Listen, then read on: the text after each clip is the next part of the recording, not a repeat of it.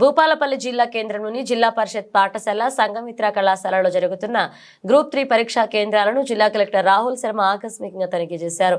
TGPSC నిబంధనల ప్రకారం పరీక్షా కేంద్రాలలోకి సెల్ ఫోన్ అనుమతి లేని కారణంగా నిబంధనలు పాటిస్తూ పరీక్షా కేంద్రంలోకి సెల్ ఫోన్లు తీసుకురావద్దన్న ఆదేశాలను ఆయన అనుసరించారు.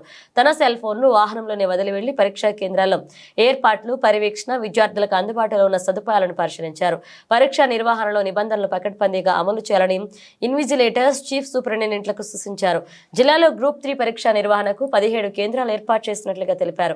అన్ని పరీక్షా కేంద్రాల్లో పరీక్ష సజావుగా జరిగేందుకు అన్ని ఏర్పాట్లు చేస్తామని తెలిపారు. పరీక్ష పూర్తయ్యే వరకు అభ్యర్థులను బయటికి పంపొద్దని ఆదేశించారు. అన్ని పరీక్షా కేంద్రాల్లో విద్యుత్ అంతరాయం లేకుండా నిరాటకంగా సరఫరా చేస్తున్నామని తెలిపారు. అత్యవసర వైద్య సేవలకు అన్ని కేంద్రాల్లో వైద్య సేవా కేంద్రాలు ఏర్పాటు చేసినట్లుగా తెలియజేశారు. సురక్షిత మంచినీరు సరఫరా చేస్తున్నట్లుగా చెప్పారు.